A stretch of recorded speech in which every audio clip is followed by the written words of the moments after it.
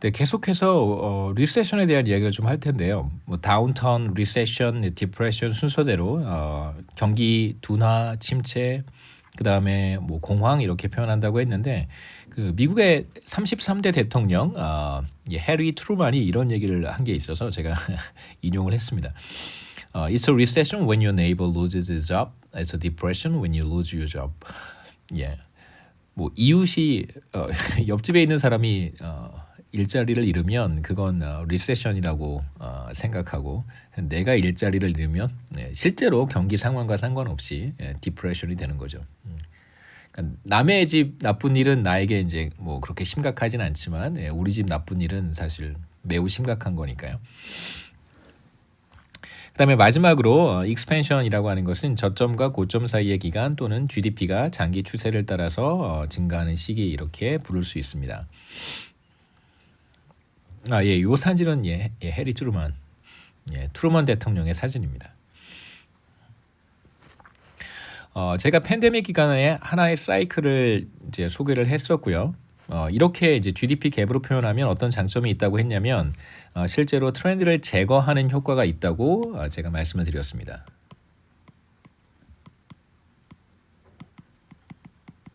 그렇게 똑바로 수평선에다가 경기 변동분 그림을 그려놓고 이제 이야기를 할 수 있겠죠. 가장 높았던 시기 뭐 이렇게 당연히 하나의 사이클을 찾아볼 수 있을 텐데 뭐 이렇게 한번 끊어서 볼까요? 이렇게 그다음에 트로프까지 끊어서 볼 수 있습니다. 그래서 가장 높았던 시기가 이게 하나의 사이클이죠. 피크 정점이라고 할 수 있고요. 그다음에 요 파란색으로 표시한 마킹한 요 아주 짧은 기간 뭐 대체로 2분기 안에 사실 급격한 경기 침체가 사실 발생했던 것이죠. 팬데믹은 굉장히 짧은 기간 동안 엄청나게 큰 충격을 각 국가마다 미쳤습니다. 그다음에 이제 나중에 마지막에 또 간단하게 소개하겠지만 대체로 회복되는 기간은 조금 오래 걸렸어요. 충격이 빠르게 와서 GDP가 빠르게 그리고 크게 떨어졌지만 회복되는 데는 상당한 시간이 걸렸습니다. 그다음에 여기가 저점이죠. 그리고 앞서 얘기했듯이 정점에서 저점까지를 우리가 경기 침체, 리세션이라고 부른다고 했습니다. 그래서 이렇게 해서 뭐 트렌드를 제거하고 GDP 갭으로 표현해 본다면 우리가 정점, 저점 이렇게 비즈니스 사이클을 찾는 것이 훨씬 더 쉽다고 할 수 있죠. 그래서 보통 이렇게 그림으로 많이 표현을 합니다. 이제 원래 그림을 다시 한번 보신다면 피크와 트로프를 마찬가지로 찾아볼 수 있겠죠. 이렇게 찾아볼 수 있고 이야기했듯이 정점에서 저점까지를 우리가 리세션이라고 부르고요.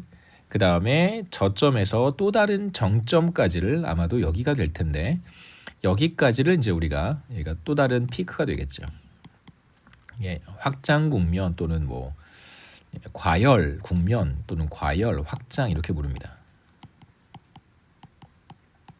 그러니까 사람마다 조금씩 다르긴 한데 뭐 예를 들어서 한국은행 같은 곳은 이제 경기 상황 같은 것들을 이제 뭐 직접적으로 판단하고 공표하는 그런 매우 중요한 기관이잖아요.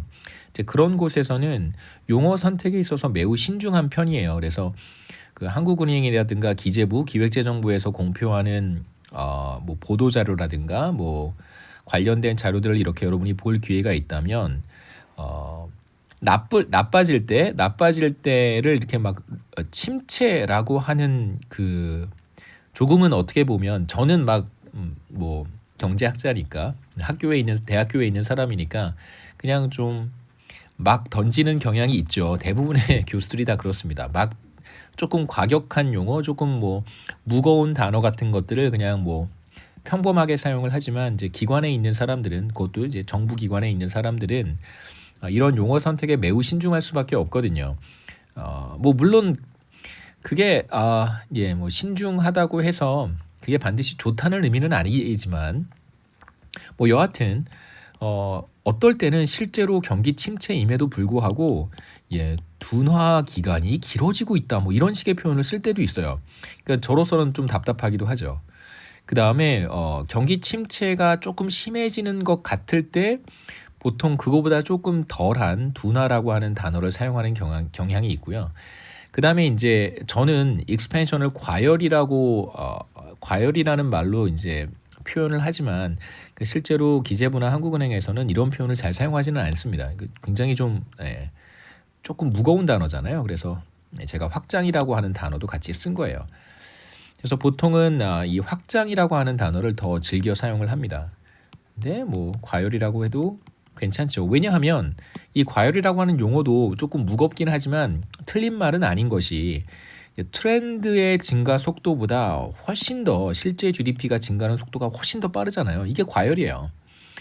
이건 뭐 요거는 예를 들면 뭐 한 기울기가 얼마일지는 모르겠지만 뭐 한 2의 기울기로 증가하고 있는데 지금 이건 4의 기울기로 증가하고 있으니까 훨씬 더 빠르게 GDP가 증가하고 있는 거란 말이에요. 그렇기 때문에 이걸 우리가 과열이라고 부르는 것입니다.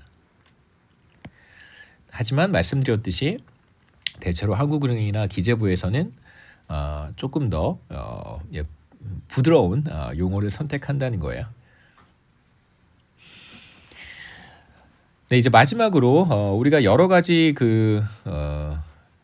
뭐 몇 차례 중요한 경기 침체를 경험을 했었는데 물론 이제 경기 침체가 그 발생 원인 그다음에 전이 과정 여러 산업들에 어떻게 전파가 되고 실질적으로 얼마만큼의 충격을 입혔는가는 경기 침체마다 에피소드마다 다 다르다고 말씀을 드렸습니다.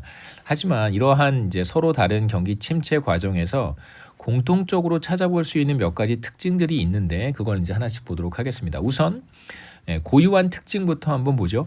IMF 경제 위기는 제가 한번 정리를 해봤습니다. 여러분들이 뭐 잘 모르는 여러분이 경험해 보지 못한 경제 위기였기 때문에 당시에 이제 경제 위기는 물론 이것도 사람들마다 조금씩 견해 차이가 있기는 있어요. 마치 꼭 그 1930년대에 그 지구상에 발생했던 가장 큰 경기 침체였던 대공황의 원인이 무엇이냐를 두고도 사실 뭐 여러 경제학자들 사이에 많은 논쟁이 있었고 제가 봤을 때는 아직도 어느 정도는 셋tle 다운되지 않은 측면도 있어요. 그러니까 이것 때문이다라고 이제 정확하게 포인팅하지 못하는 그런 측면도 있다고 생각합니다. 뭐 여하튼 마찬가지겠죠. IMF도 뭐 제가 지금 여기 슬라이드에 정리해 놓은 것이 뭐 유일한 원인이다 이런 의미는 아니고 이제 여러분들이 소화할 수 있는 이해할 수 있는 그런 그 정도의 용어로만 제가 한번 정리를 해봤습니다. 그래서 기업 부도와 금융기관 부실이 동시에 발생을 했어요. 당시에 이제 금융기관들이 꽤 공격적으로 투자를 하던 시기였었습니다. 당시에 이제 한국 경제가 이게 1998년 이야기니까, 그러니까 이제 80년대, 90년대에 눈부신 특히 90년대에 굉장히 눈부신 그 경제 성과를 기록하면서 한국 금융기관들의 이제 돈을 빌려주고자 하는 그러니까 국제 금융시장에서 한국 금융기관들이 차입을 하는 것이 그 전보다 훨씬 더 수월해졌어요.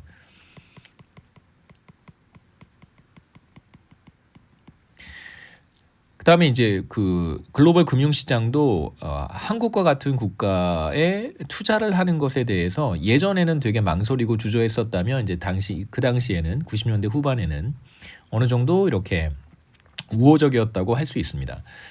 당시 금융기관들, 국내 금융기관들은 국제 금융시장에서 달러를 빌려서 당연히 국제 금융시장이니까 달러를 빌려줬겠죠. 짧은 기간 동안 빌리는 것을 단기 차입이라고 합니다.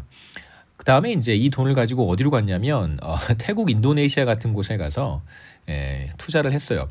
저도 왜 이렇게 했는지는 잘 모르겠습니다만 뭐 이게 당시 어느 정도 유행이었던 것 같아요. 수익을 낼 수 있는 굉장히 좋은 방법이었던 것 같습니다. 당시 어떤 문제가 발생했냐면 한국의 IMF 경제 위기가 발생하기 한 1, 2년 전에 먼저 태국에 금융 위기가 발생을 해요. 그래서 그 태국 바트화가 그 가치가 폭락하게 됩니다. 그러니까 바트화의 그 달러 대비 환율이 엄청나게 상승하는 것이죠. 바트화의 가치가 폭락하는 사태가 발생합니다. 그러니까 뭐 거의 가지고 있으면 휴지 조각 수준이 되어 가고 있었어요. 이제 그렇다면 당시에 이제 태국이라든가 인도네시아에 투자했던 금융기관들은 손실을 입을 수밖에 없죠.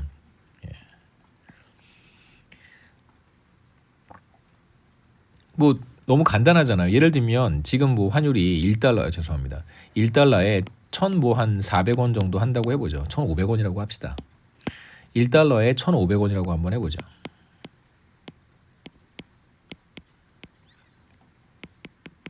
그런데 만약에 원화 가치가 폭락하게 되면 이제 이게 1달러에 얼마가 되는 거냐면, 예를 들면 1달러에 뭐 10,000원이 되는 거예요. 이게 이제 원화 가치의 폭락이라고 할 수 있습니다. 자, 그러면 무슨 일이 생기는 걸까요? 10,000원이 있어야 이제 1달러를 살 수 있는 거잖아요. 전에는, 그러니까 원화 가치가 폭락하기 전에는 1,500원만 있으면 1달러를 살 수 있는데, 이제는 10,000원이 있어야 1달러를 살 수 있습니다. 원화 가치가 폭락하게 되면. 다시 태국의 그 상황으로 바꿔서 이야기해 보면, 바트화가 폭락했기 때문에 예를 들어서 1억 달러를 빌렸어요. 1억 달러를 빌려서 태국 바트화로 환전을 해서 투자를 했겠죠. 근데 바트화가 폭락하게 되면 1억 원을 회수하기가 너무너무 어려운 거예요. 너무너무 어렵습니다. 바트화가 이만큼 많이 있어야, 그러니까 전보다 훨씬 더 많은 바트화가 있어야지만 1억 원을 회수할 수 있게 되는 것이죠. 그래서 어떤 특정 국가의 그 자국 화폐로 투자를 했을 때 그 국가의 화폐 가치가 폭락하게 되면 엄청난 손실을 입을 수밖에 없습니다. 근데 그러한 좀 위험한 투자를 당시 한국의 금융기관들이 이러한 이제 투자를 했었습니다. 이러한 위기가 아시아 전역으로 확산되면서 외국 금융기관들이 한국 금융기관들에 대한 만기 연장을 거부하기 시작해요. 단기 차입인데 뭐 비교적 짧은 기간 이제 차입을 하는 건데, 뭐 6개월, 3개월, 6개월 이렇게 차입을 하는데, 보통 상대방을 신뢰할 수 있으면 그러면 이제 3개월씩 계속 연장해 주는 것이죠. 뭐 6개월씩 빌렸다, 6개월 차입을 했다라고 한번 해보죠. 그럼 이제 6개월 뒤에 만기가 도래하니까 6개월 뒤에 갚아야 되잖아요. 근데 만약에 상대방을 신뢰할 수 있으면 그럼 다시 계약서를 수정해서 새로 쓰는 거예요. 그럼 또 다시 6개월 뒤에 상환하는 것으로, 이런 식으로 이제 만기 연장을 많이들 합니다. 근데 문제가 뭐냐면 아시아 전역에 이러한 위기가 확산이 되고 한국 금융기관들이 태국이랑 인도네시아에 투자했다가 돈이 물렸대, 뭐 이런 이제 소문이 돌기 시작하면 그런 소문들은 굉장히 빠른 속도로 퍼져나가죠. 자고 일어나기 전에 하룻밤 사이가 아니라 정말 몇 초 사이에 이런 소문은 순식간에 확산이 됩니다. 그러면 이제 국제금융시장에서 한국 금융기관들의 만기 연장을 이제 거부하겠죠. 어떻게든 달러를 갚아야 되는 거예요. 그러면 이제 금융기관들이 어떻게 하냐면 달러를 이제 외국에서 조달할 수 없으니까 국내에서 조달하려고 하겠죠. 아무도 안 빌려주니까 국내에서 이제 달러를 조달해야 되는 문제가 생겼습니다.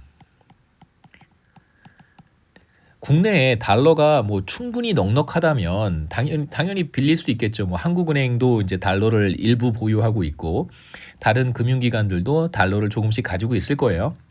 근데 충분히 가지고 있다면 그러면 이제 뭐 이렇게 뭐 담보를 제공할 수도 있고, 또는 뭐 환율이 높지만 뭐 높은 환율로 이제 달러를 사올 수도 있고, 넉넉하다면 아무 문제가 없었을 거예요.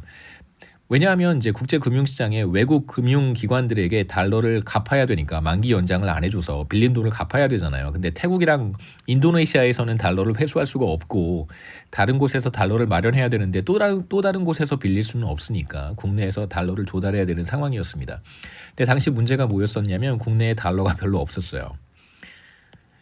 한국의 외환 보유고라고 하죠. 달러가 충분하지 못한 상태였습니다. 뭐 달러뿐만이 아니라 뭐 엔화라든가 뭐 당시에는 뭐 유로가 이제 도입되기 전이었으니까 유로 전에 이제 뭐 영국의 파운드화라든가 독일의 마르크화라든가 이런 것들도 이제 부족했던 거예요.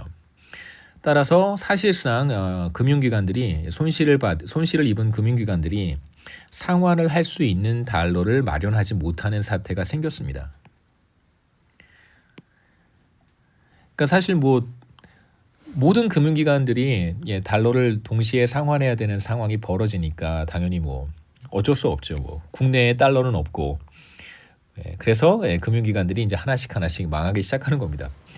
뭐 그렇잖아요. 금융기관들이 돈을 빌렸는데 그 돈을 못 갚으면 망하는 거죠. 뭐 금융기관들의 부실화로 기업들의 자금 대출도 어려워졌어요. 금융기관들이 자기 빚을 못 갚으니까 자기 빚도 못 갚고 있는데 어떻게 기업들에게 대출을 해줄 수 있겠어요. 그다음에 동시에 그러니까 기업들은 뭐 아무 문제가 없었느냐 또 그렇지도 않았습니다. 기업들도 기업 나름대로의 문제가 발생하기 시작했어요. 그다음에 경제 위기는 어느 한 곳에서 오지만 그 여파는 사실 거의 모든 기업 모든 사람에게 영향을 미치기 때문에 잘 돌아가던 기업들, 잘 생산 활동을 하고 잘 경영 활동을 하던 기업들도 상당히 많은 어려움에 처하게 됩니다. 그래서 금융기관의 부실화 동시에 기업들의 부실도 함께 발생을 하게 되고요. 그리고 금융기관들이 기업들에게 대출을 해주는 것을 꺼려하기 시작하면서 기업들도 자금 압박에 시달리게 되고 많은 기업들이 특히 대기업들 몇몇 대기업들이 부도에 직면하게 되었습니다. 그래서 이제 뭐 가장 급한 것은 달러를 마련하는 것이니까 당시에 이제 IMF에 구제금융 신청을 했고요. 달러를 빌려오는 것이죠. 그래서 금융 지원을 받는 조건으로 IMF가 몇 가지 이제 조건을 제시를 했는데 그 조건 중에 아주 그 고약한 조건 하나가 바로 고금리 정책이었습니다. 그래서 고금리 정책이라고 하는 것은 뭐 여러 가지 나중에 이제 IMF가 한국에 적용했던 금융 지원 조건이 매우 가혹하고 또 옳은 방법이 아니었다. 이건 틀린 정책이었다라고 나중에 인정을 했습니다. 잘못된 정책이었다.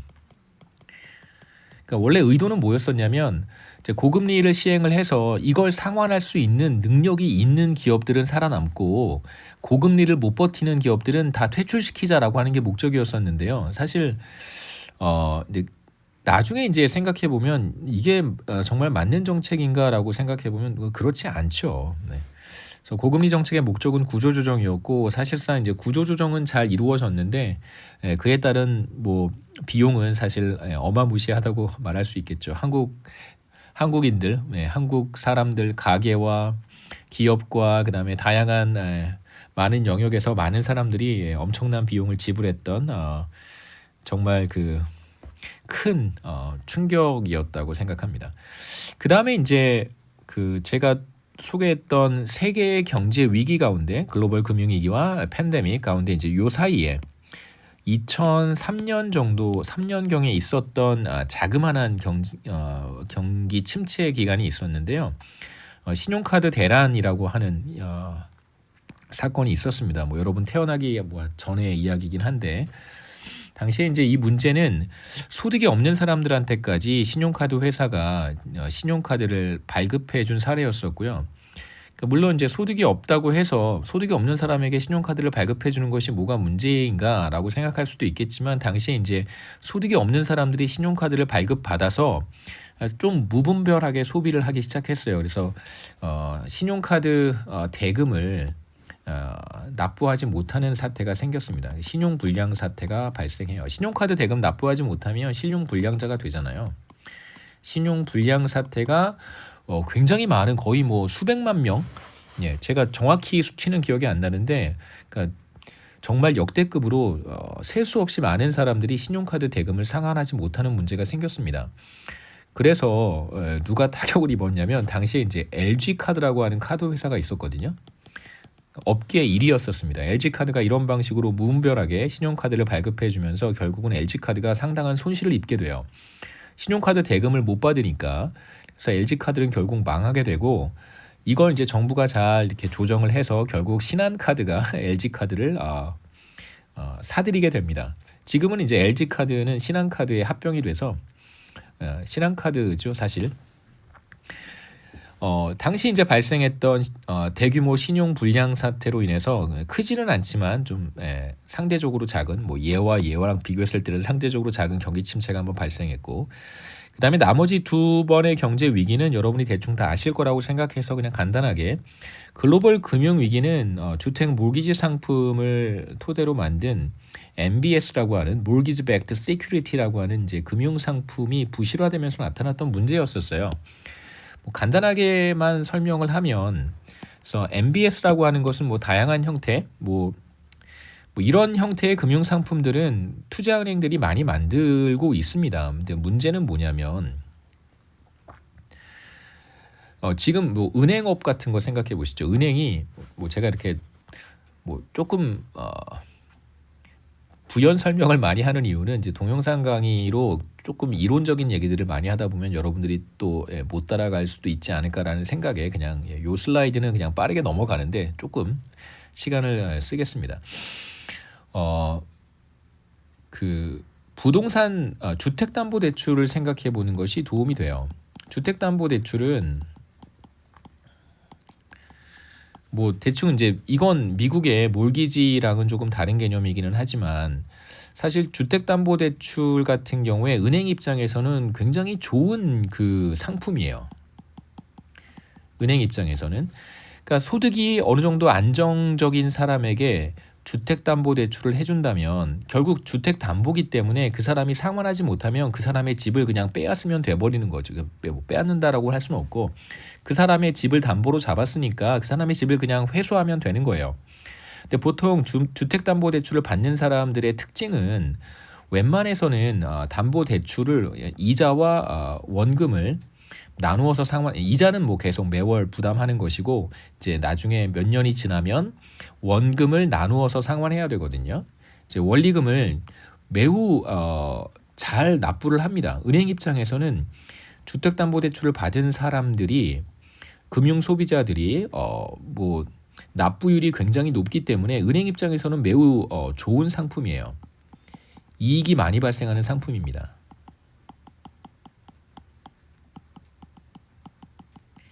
그 다음에 이제 뭐 각 나라마다 조금씩 다르긴 하지만 한국 같은 경우에는 이 금융 아까 얘기했던 신용불량이라고 하는 것이 제가 봤을 때는 물론 뭐 좋고 나쁘고의 문제가 아니라 매우 엄격한 편에 속해요. 그래서 주택담보대출이든 아니면 은행으로부터 내가 돈을 빌렸을 때 이걸 제때 갚지 못하면 그로부터 받게 되는 사회적 혹은 경제적 불이익이 대단히 큽니다. 그러니까 신용불량자가 한번 되면 제가 봤을 때 회생할 수 있는 방법이 별로 없어요. 근데 미국이라든가 유럽에서는 사실 회생할 수 있는 방법들이 굉장히 많이 있는데 한국 같은 경우에는 거의 제가 봤을 때는 뭐 개인 회생을 신청한다고 해도 뭐 잘 될 수는 있겠지만 그 페널티가 매우 크기 때문에 주택담보대출 같은 경우에는 은행 입장에서는 굉장히 좋은 상품이에요. 그러니까 뭐 이자가 계속해서 들어오는 매우 좋은 상품인 것이죠. 그래서 은행들은 돈이 있으면 주택담보대출을 실행하지 않을 이유가 없습니다. 자, 이제 문제는 뭐냐면 미국 같은 경우에는 한국은 보통 은행 중심으로 주택담보대출이 이루어지고요. 왜냐하면 이제 금융위원회에서 상당히 엄격하게 감독을 하고 있기 때문에 뭐 제2금융권이라든가 저축은행에서도 주택담보대출을 실행하긴 하지만 매우 엄격한 이제 감시 감독을 받고 있어요. 반면에 미국 같은 경우에서는 조금 다릅니다. 그러니까 뭐 제2금융권에 해당하는 그 금융기관들이 굉장히 쉽게 이 주택담보대출 상품을 판매를 해요. 그래서 만약에 여러분이 미국에서 집을 산다면 뭐 우리가 들어본 뭐 체이스뱅크라든가 뭐 HSBC라든가 이런 메이저 은행들도 당연히 주택 모기지 상품을 판매하지만 여러분이 들어보지 못한 모기지 상품을 판매하는 그런 제2금융권 회사들이 굉장히 많습니다. 근데 당시에 2000년대 초겠죠, 그렇죠? 한국에서 신용카드 대란이 발생하던 시기, 그 시기쯤에 미국에서도 어떠한 변화가 나타났냐면 이 그 제2금융권이라든가 주택 모기지 상품을 판매하는 그런 조금 규모가 상대적으로 작은 금융기관들이 그 소득이 높지 않은 사람들한테까지도 우리 신용카드 발행해 주듯이 주택 모기지 상품을 판매하기 시작했어요. 그러니까 이 상품을 구입하는 이제 주택 구매자들이겠죠. 주택 구매자들 중에 소득이 높지 않은 사람들도 굉장히 많았습니다. 굉장히 좋은 상품이니까 당연히 금융기관들이 이익을 추구하기 위해서 가입자를 굉장히 많이 늘린 것입니다. 가입자를 확대했어요. 근데 문제는 가입자를 확대하면서 여기에는 소득 수준이 낮은 사람들도 꽤 많이 포함이 됩니다. 여기에서 이제 한 가지 차이를 봐야 되는 게 한국 같은 경우에는 보통 그 소득도 보기는 봅니다만 주택담보대출이기 때문에 내가 구입하려고 하는 주택의 가치를 더 중요하게 봐요. 그래서 보통은 뭐 내가 10억짜리 집을 산다고 하면 보통 은행에서 그렇게 많은 돈을 대출해 주려고 하지는 않습니다. 많아봐야 뭐 한 3억에서 4억 정도만 대출을 해주려고 죄송합니다. 반대죠. 예, 한 많아봐야 한 6억 정도까지만 대출을 해주려고 해요. 이거보다 더 대출을 하려고 하지 않습니다. 왜냐하면 집값도 나중에 이제 공시지가라고 하는 집값도 중요하니까요. 이 사람이 담보대출을 상환에 실패할 경우에 담보대출을 상환하지 못하는 경우에 이제 이 집을 10억짜리 집을 팔아야 되는데 실제로 10억짜리 집을 은행이 회수해서 판매하려고 하면 6억도 못 받을 수 있기 때문에 10억까지 다 빌려주는 일은 거의 없어요.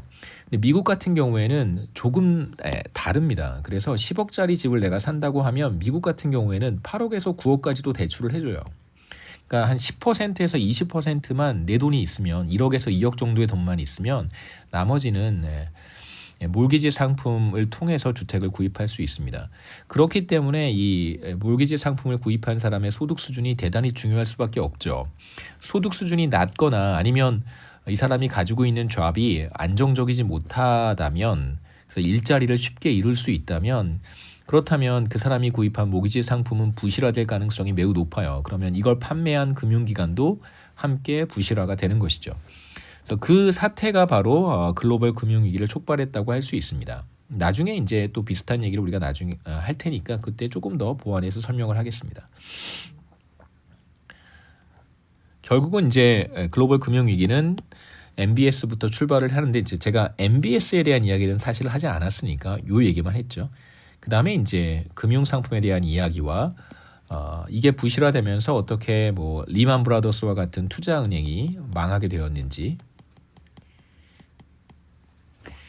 골드만삭스라든가 뭐 리만 브라더스 그다음에 뭐 골드만삭스 망하진 않았죠. 뱅크 오브 아메리카 그다음에 뭐 골드만삭스 같은 투자은행들도 상당히 큰 그 손실을 입게 됩니다.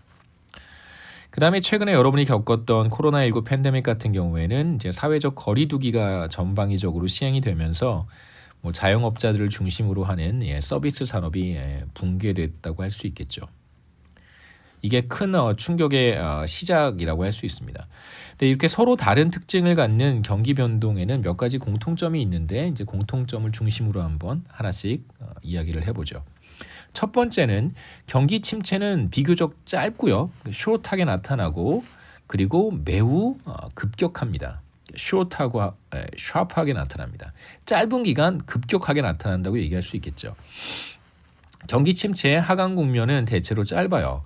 그러니까 피크와 트로프 사이의 기간이 되게 짧습니다. 아까 봤듯이 팬데믹 기간 불과 2분기밖에 되지 않아요.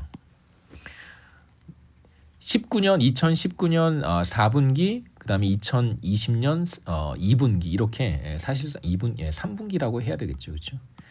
3분기면 뭐 9개월에 불과한 거죠. 그러니까 비교적 짧은 기간 동안 급격하게 나타납니다. 특히 팬데믹은 더 심했었어요. 그래서 급격하다는 것은 GDP의 감소폭이 매우 크다는 것입니다. 아까 봤듯이 4에서 5% 정도 GDP가 감소하죠. 그래서 말씀드렸듯이 2% 정도면 비교적 큰 건데 2%보다 더 크게 감소했습니다. 반면에 두 번째 특징은 상승 국면은 대체로 길고 좀 점진적으로 그레주얼하게 나타나는 모습이 있습니다. 그래서 이건 이제 경기 변동분 GDP 갭만 제가 1990년부터 가장 최근까지 그려본 건데요. 마찬가지로 트렌드를 제거했기 때문에 이렇게 수평선 상에서 업앤다운을 볼 수 있다는 장점이 있습니다. 이걸 쉽게 얘기하면 트렌드를 제거한 거죠. 원래 이렇게 생겼잖아요. 이렇게 트렌드가 있고 이 위에 업앤다운 이렇게 하는 거를 트렌드를 제거하고 이렇게 똑바로 직선상에 비즈니스 사이클을 그려놓은 것입니다. 이게 바로 경기 변동이에요. 여러 개의 사이클이 보이죠, 그렇죠? 경기 변동입니다. 또는 뭐 GDP 갭이라고 해도 괜찮아요. 보시면 경기 침체는 비교적 짧은 기간 빠르게 나타나는 경향이 있습니다. 그 다음에 충격의 크기도 비교적 크죠. 이렇게 팬데믹, 글로벌 금융위기. 그 다음에 이때가 이제 신용카드 대란입니다. 그리고 IMF 경제위기 이렇게 나타납니다. 반면에 이 회복되어 가는 과정은 이전 수준으로 돌아가는 과정은 그 경기 침체보다는 조금 더 더디게 나타나는 경향이 있어요. 뭐 확연히 눈에 띄지는 않습니다만 그래도 대체로 비교해 보면 조금 더 그레주얼하다고 얘기할 수 있죠. 조금 더 그레주얼하게 나타납니다. 이렇게 그 다음에 이렇게 그레주얼하게 나타나죠. 이런 특징이 경기 변동 과정에서 관찰이 되고요. 세 번째는 경기 변동은 상당한 지속성을 갖습니다. 네, 30분 정도가 되어서 여기서 끊고 또 세 번째부터 이어서 하겠습니다.